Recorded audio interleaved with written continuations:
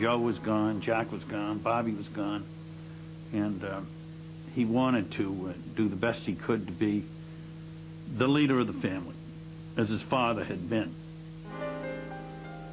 That was a tremendous burden to carry. In July 1969, the family threw a party to thank Bobby's election team. What happened that evening would end Teddy's chances of becoming president.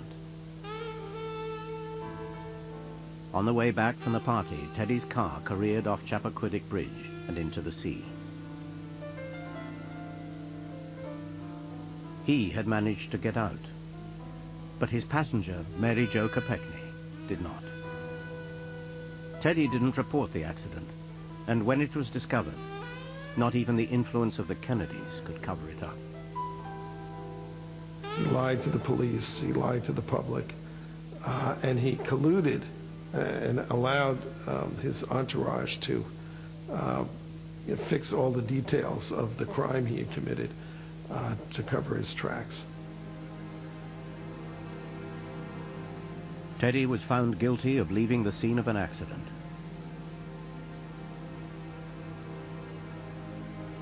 He was given a 2-month suspended sentence and a year's probation.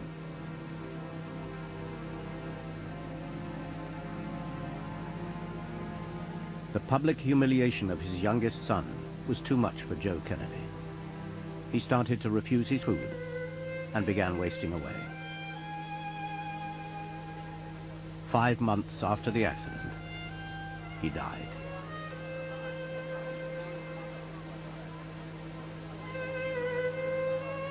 Chappaquiddick stopped Teddy from following the family dream for 10 years. And yet, the power of the myth was so strong that it was like having tens of millions of people blowing life into the flame.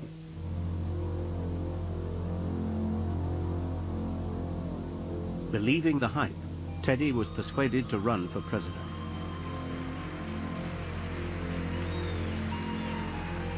But the magic wore off for a significant number of voters, not for everybody, but for enough so that Edward Kennedy simply could not be propelled on the basis of his membership in this royal family, as it were. Too many voters remembered stories of Teddy leaving Mary Jo Kopechne to drown at Chappaquiddick.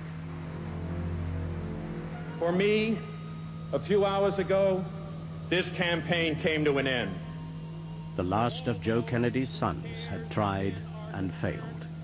The work goes on, the cause endures, the hope still lives, and the dream shall never die.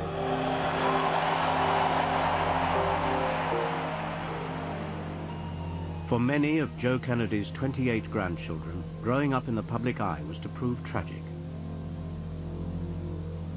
They had the eyes of the world on them, and they were obviously in a great deal of pain and with no adult attention. Bobby's widow could not cope with her 11 children. Traumatized by the loss of their father, they went wild.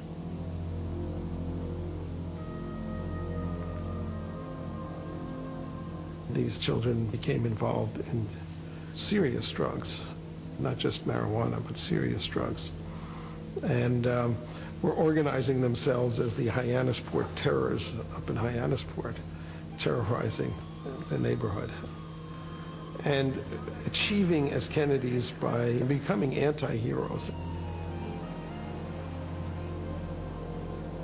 The millionaire teenagers beached expensive boats, blew up neighbors' post boxes, and ambushed passing cars with a barrage of stones.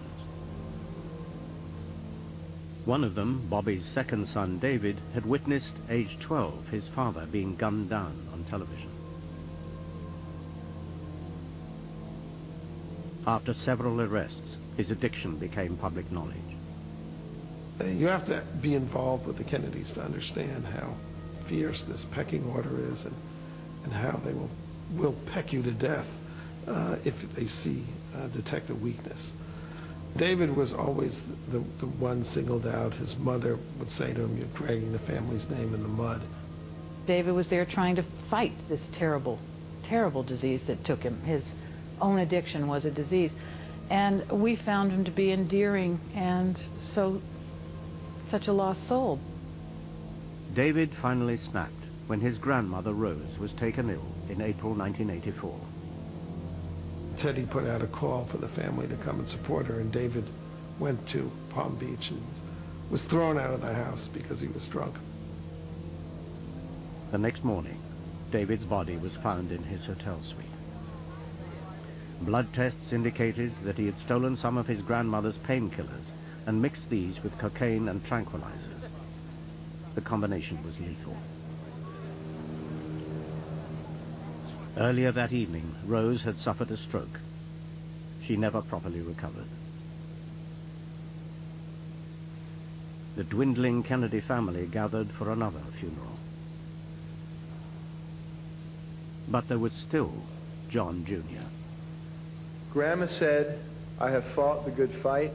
I have finished the course. I have kept the faith." After Jack's assassination, Jackie had tried to protect her young children by removing them from the Kennedy clan. But they had become the American royal family, and the myth followed them everywhere they went, particularly John Jr.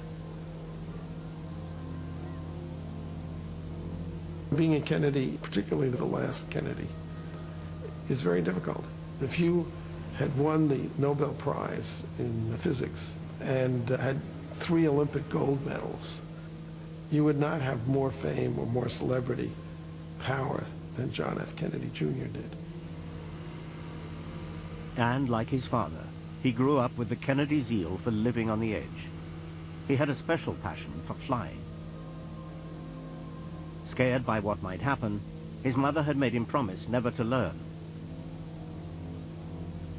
But after she died, John did learn to fly.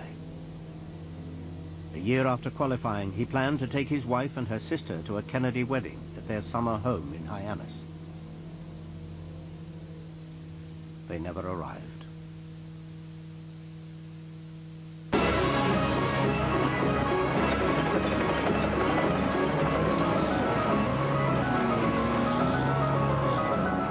For 2 weeks, the Coast Guard and Navy searched for the plane's wreckage in the sea.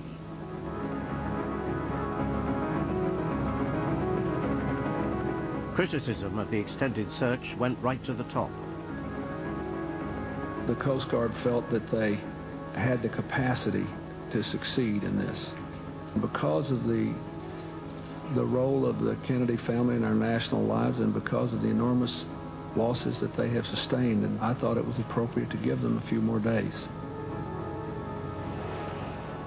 On the 16th day, the bodies of John Jr., his pregnant wife, and her sister were found in the wreckage.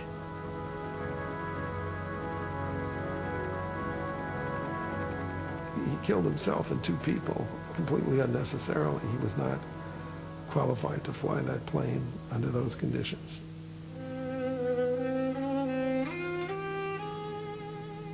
Teddy, the last of Joe Kennedy's sons, had yet another funeral to arrange.